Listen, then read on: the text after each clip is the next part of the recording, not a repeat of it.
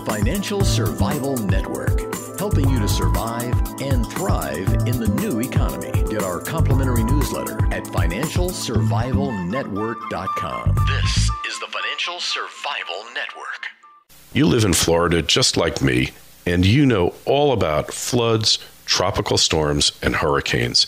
And you know that the key to surviving is preparation, which is why you should go right now to www.preparewise.com and order some emergency preparedness food now. I did, and I feel better knowing I have it. It's extremely inexpensive and makes so much sense. Did you see those people in New York, regular folks like you and I, dumpster diving? It just makes so much sense to be prepared, and the food tastes quite delicious. There's no chemicals, it's certified GMO-free, so there's no reason not to order. Go to the site now, preparewise.com. Make sure you use the code LUTZ, L-U-T-Z, and you'll get free shipping, and depending upon your order, a whole lot more. That's preparewise.com. Preparewise.com, it always pays to be prepared. You are listening to the FinancialSurvivalNetwork.com.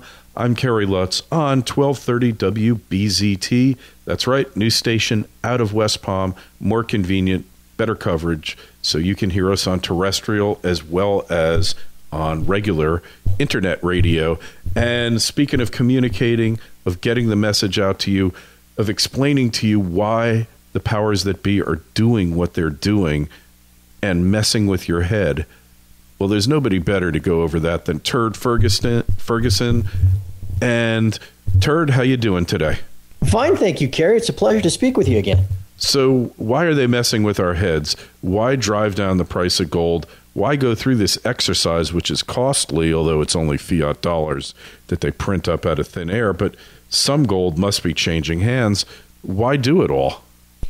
Well, there's a lot of history to the gold suppression and manipulation scheme. It goes back quite literally decades. Why they continue to do it to this day has a lot to do with, I guess, the ultimate goals of the Fed and the other global central banks of trying to resuscitate the global economy and to try to keep their great Ponzi scheme going as long as possible. That's why gold's been manipulated for decades in the first place. It's part of, I guess we'll call it management of perceptions. That is an economic scheme, if you will, or school of thought that has been followed by many at the Fed for years and years. And that's if you can create and foster an environment that seems positive, that reinforces confidence, that in turn will then generate confidence and get people to invest and get people to start a new business. And so, and you see that still to this day, right? In all of the statistics that come out from our government that try to tell us how rosy things are when you and I both know everything. Yeah, exactly. And happy days are here again, right, Turd? Exactly. The skies are blue, right? It leaves you scratching your head going, well, wait a second, that's not really consistent with my personal experience of what's going on out there. Again, it's all this management of perceptions. Ben Bernanke's a big believer of it. If we can convince people that things are okay, then maybe things really will be okay. Folks will go out and buy a new refrigerator, a new car, a new home, and the economy will chug along. This management of the gold price is all part of those management of perceptions. Remember what gold is. Gold is money. It is the only form of sound money that has been around for millennia. And silver, too. And silver as well. And so therefore, if gold is rapidly rising in price, at the end of the day, it reflects a lack of confidence in the current paper money global financial system.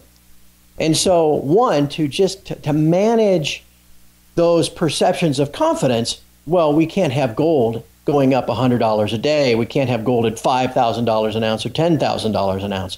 That would be, again, counterintuitive and counterproductive to the goal of making people feel that the U.S. dollar is sound and that the current system is thriving. Additionally, gold has also always been somewhat of a measure of inflation or a hedge against inflation, though not doesn't exactly correlate with inflation, and maybe some of that's due to the ongoing manipulation. But nonetheless, people have always looked at gold as a hedge against a price inflation. Again, if gold were going up $100 a day, if gold was $5,000 an ounce instead of $1,400 an ounce, people would be going, whoa, boy, I tell you, obviously there must be some inflation around. With inflation and inflation expectations come higher interest rates. And as you and your listeners know, we are currently in the United States faced with such an overwhelming debt burden that a big part of this quantitative easing program is to provide a floor underneath the Treasury market to keep interest rates as low as possible so that the ongoing servicing of the national debt, which is growing, $1 trillion a year, that ongoing servicing cost stays as low as possible. If rates were to go back to 6% or 9%, instead of $450 billion a year in interest on the national debt, we'd be looking at another $1 trillion every year just in interest. And the whole thing unravels that much faster. So rates must be kept low. And as part of that management of perceptions, gold must be kept corralled as well. And that's ultimately why this has gone on for as many years as it has. I hope makes some good sense, hopefully, to your listeners. Hey, and you raise a great point, and that is perception versus reality. Now, I could tell you a funny kind of obscene joke about that, which would really illustrate it well, but this is a family show. But, Turd, so there's objective reality, you're saying, and then there's perceived reality. And I would argue that none of us really perceive reality as it's happening. I don't think it's possible. As human beings, we all have our own version of reality that we kind of interpret and perceive. And yet then there are those who deliberately, they know one reality, and yet they spin an alternative or an alternate reality. And that's what you're really talking about here, about the Federal Reserve, about the media, about the political establishment. And what people will ask you, what they've asked me is, well, isn't it all about perception? If you perceive that the economy is doing well and it's a good time to start a business, it's a good time to buy a new washer, dryer, and a new refrigerator, and after all, you'll save energy and they're green, why not do it? Because perception's reality, right?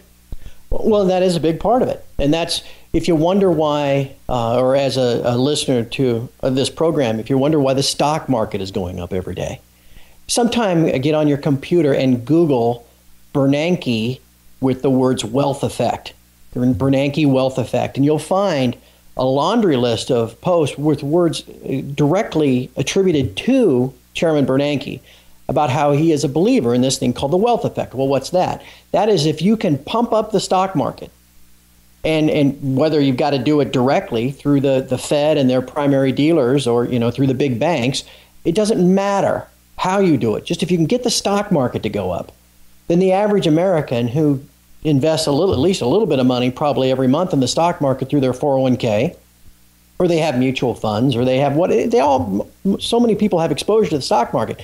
And with a rising stock market, you feel better about yourself. You say, hey, look at this statement I just got, honey. Our accounts are up 20% the last 3 months. Hey, maybe we can go afford that new car. And so Bernanke is a big believer in this.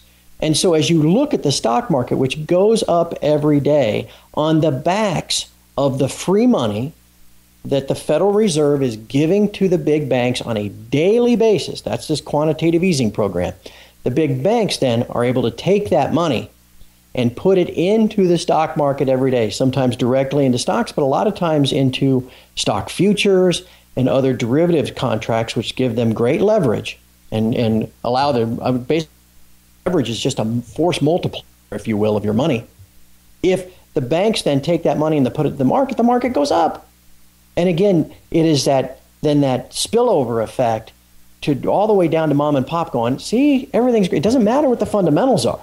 But Turd, hold on a second. It's like, sure, if I've got a 106-degree temperature and my physician wants me to think that I'm really getting better, so he cools off the thermometer so it looks like I only have 101 degree temperature, or I'm at normal, I'm at 98.6, or the nurse does that and says, see, you're fine, you don't need any drugs, everything is good, and then I go into convulsions and die. Have they really done you a favor?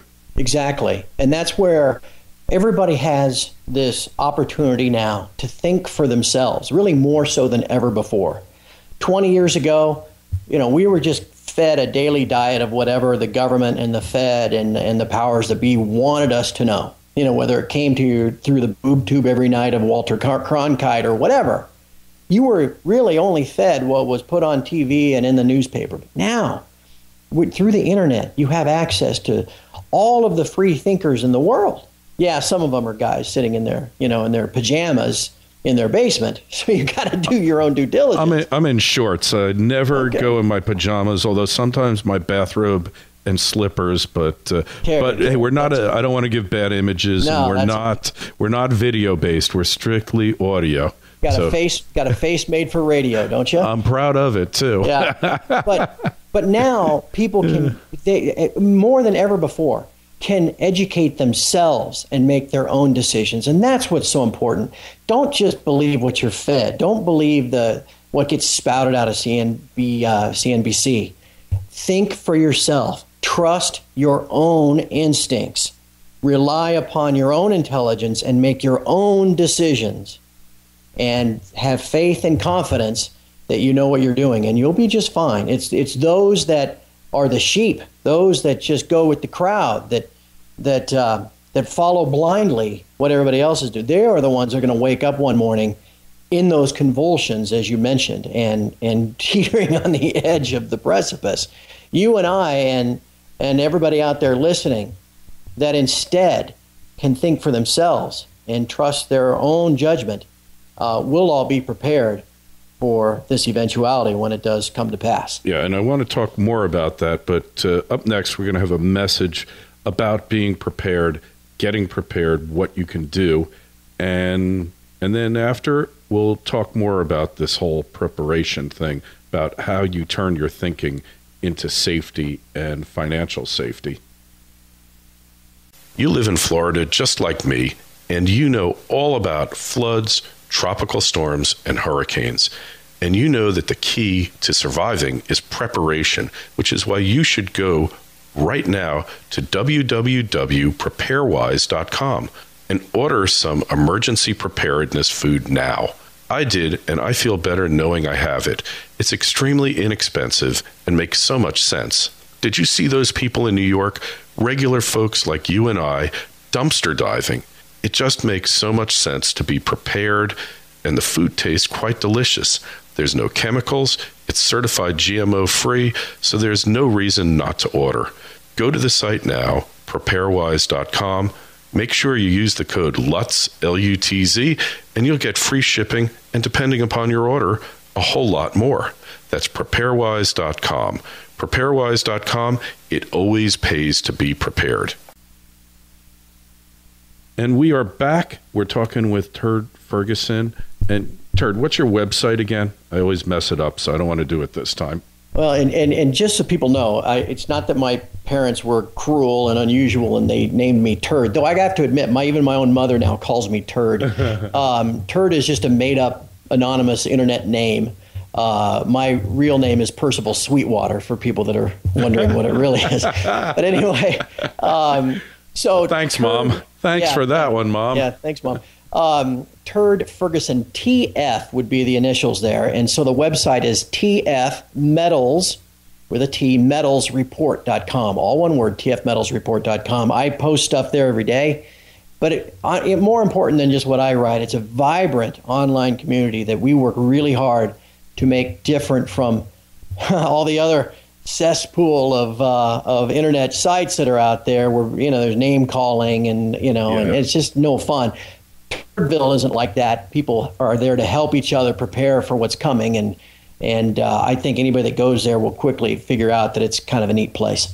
Hey, absolutely. We link to your articles on Financial Survival Network all the time, Turd, and we really do appreciate the work that you're doing. So obviously, because you can think for yourself now, you can actually come to your own independent conclusions. You choose the sources that you want, and hopefully your conclusions and your plan of action is well reasoned out, because, we're always talking, Turd, here about a plan, having a plan for what happens when your ATM card no longer works. And it's really important for that preparation, isn't it? Absolutely. There's, as I think about this, Kerry, you and I might have discussed this once. There's a great book out there by a guy by the name of Ben Sherwood called The Survivors Club. And he wrote this book. It's got to be 3, 4, 5 years now when this came out. In the end, it's a bunch of stories about folks that survived disasters. They survived accidents. They survived plane crashes. They survived all these different life-threatening situations. And he wanted to find out why some people survive and some don't. And he was able, after interviewing countless people and doing all this research, he found they all shared 2 common traits. One, and this is probably as important, if not more important than anything else, they had a deep, abiding faith in some type of creator, a deity, God, whatever you want to call him. Or her. They had that faith, okay, that there was a bigger picture than just them, and that they were being, guided or watched. But equally as important, they had a plan. That entering into that life-threatening situation, they had already thought through what they would do in the event of a disaster. It's sitting on the airplane at the time of takeoff, before the accident happens, going, okay, this baby goes down. How the hell am I getting out of here? So that when it crashes, you're not just panicked like the sheep looking around and getting smoke inhalation. You've already thought about how you're getting the heck out of there. It's situational awareness is the military term. Yeah, and that's what we're talking about from a financial standpoint, is situational awareness. Looking around, thinking, okay, I recognize that the government is, really the entire global financial system is insolvent. It's all been levered up so many times and recollateralized and rehypothecated, as a financial industry term, that we are just one major bank failure away from a complete calamity. So therefore, since I recognize that's a possibility, what kind of steps can I take today so that when that happens, I'm prepared for it? I'm not rushing to the bank or rushing to the grocery store with everybody else and getting shut out at the window. I've already prepared because I did my homework and recognized that this was a possibility. And that's what we're talking about, and that's what we encourage everybody to consider as they look at what might be coming over the horizon. Hey, and you make such a great point about the preparedness. At least, you don't need like a 30-page manual on what happens if the plane goes down. But like I tell my kids, anytime you're in a public place, I want you to always know where your closest exit is. I want you to think about that. If an emergency happened, what would you do? I don't want you to get crazy over it. It's just something to be aware of. And you call it situational awareness, which is a great point. And I don't want to get into a battle of the sexes, but it seems that men have better situational awareness initially than women do. But then when women become aware, they're better at acting oftentimes than men. And you go into the movie theater, where's the nearest exit? So if some nut starts shooting, you can get to it and get the heck out of there. Or what would you do if there was a fire in the nightclub? And in New York, a lot of these comedy clubs, and I like comedy clubs a lot, even if my sense of humor isn't quite ready for prime time, but I enjoy them, but they're always overcrowded. And that's one of the things that makes it fun, because the audience is so tightly packed, but they don't have good ingress and egress. And you need to think about that, because these clubs, it's ripe for something to happen. And it's the same thing with the economy.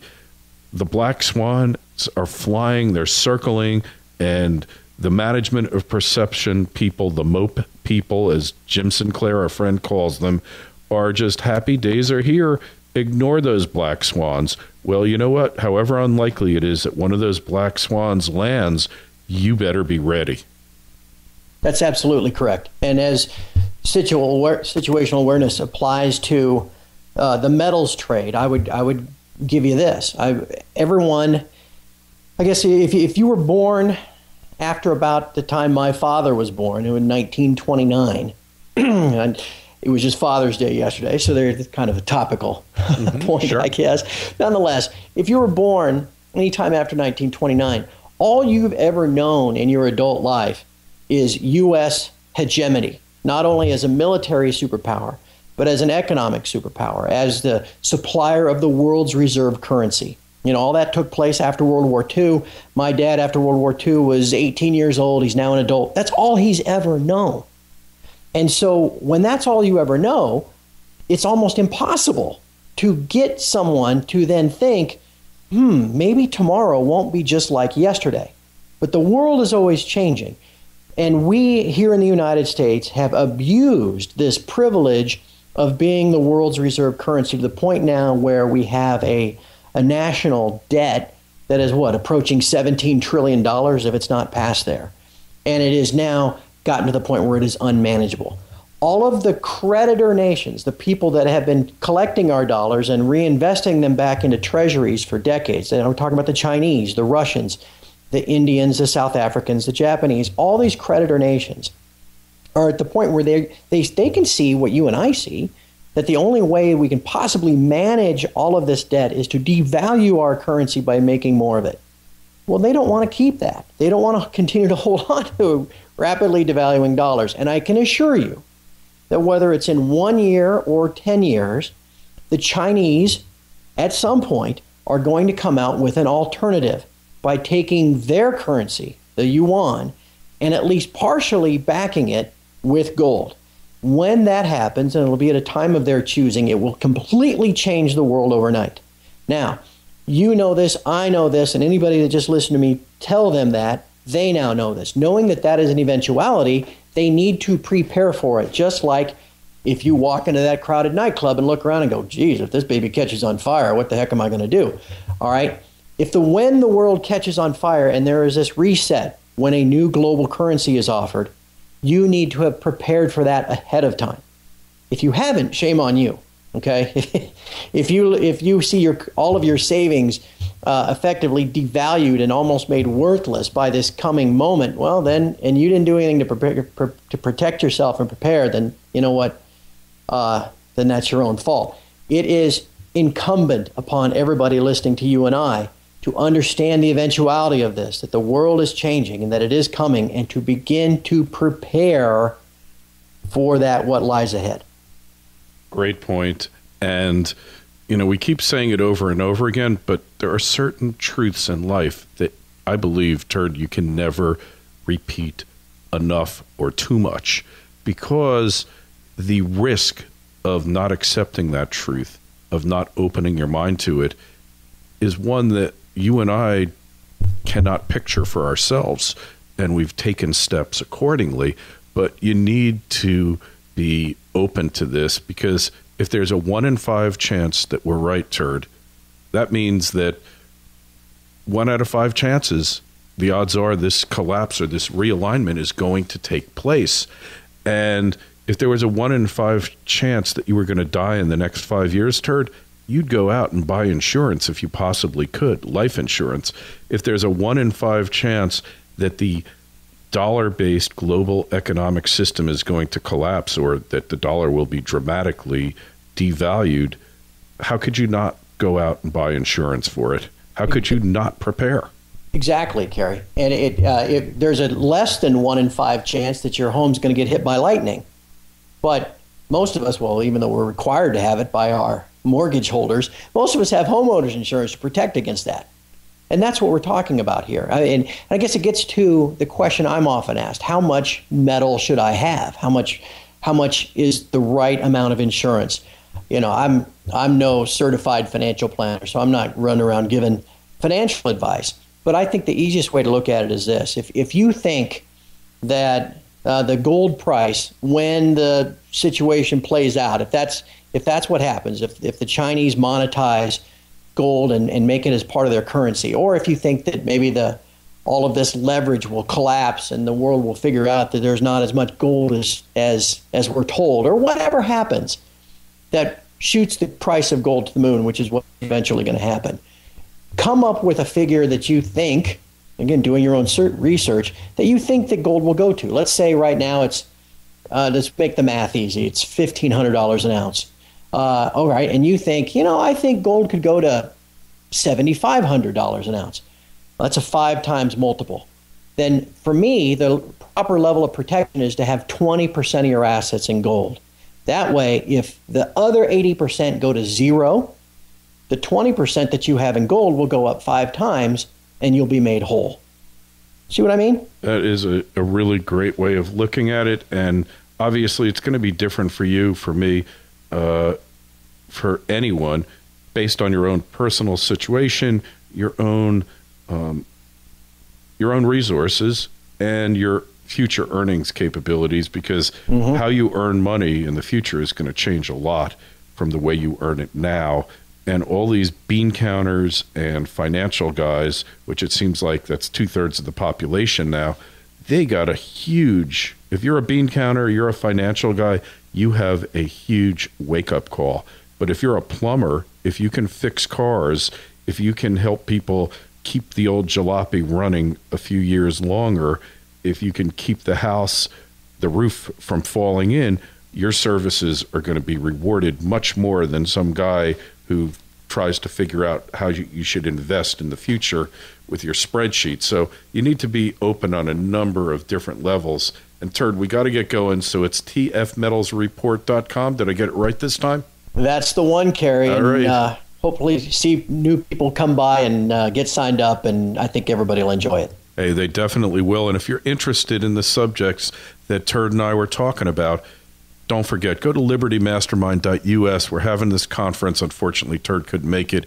June 28th, 29th, this 2 weeks in Dallas. We'll be talking about these very issues, and it's something you should really be aware of. Turd, it's always a pleasure. We'll talk with you again real soon. FinancialSurvivalNetwork.com, tfmetallsreport.com, and we will be back a little later. Thanks, Turd. My pleasure, Kerry. All right. You live in Florida just like me, and you know all about floods, tropical storms, and hurricanes. And you know that the key to surviving is preparation, which is why you should go right now to www.preparewise.com and order some emergency preparedness food now. I did, and I feel better knowing I have it. It's extremely inexpensive and makes so much sense. Did you see those people in New York, regular folks like you and I, dumpster diving? It just makes so much sense to be prepared, and the food tastes quite delicious. There's no chemicals, it's certified GMO-free, so there's no reason not to order. Go to the site now, preparewise.com. Make sure you use the code LUTZ, L-U-T-Z, and you'll get free shipping, and depending upon your order, a whole lot more. That's preparewise.com.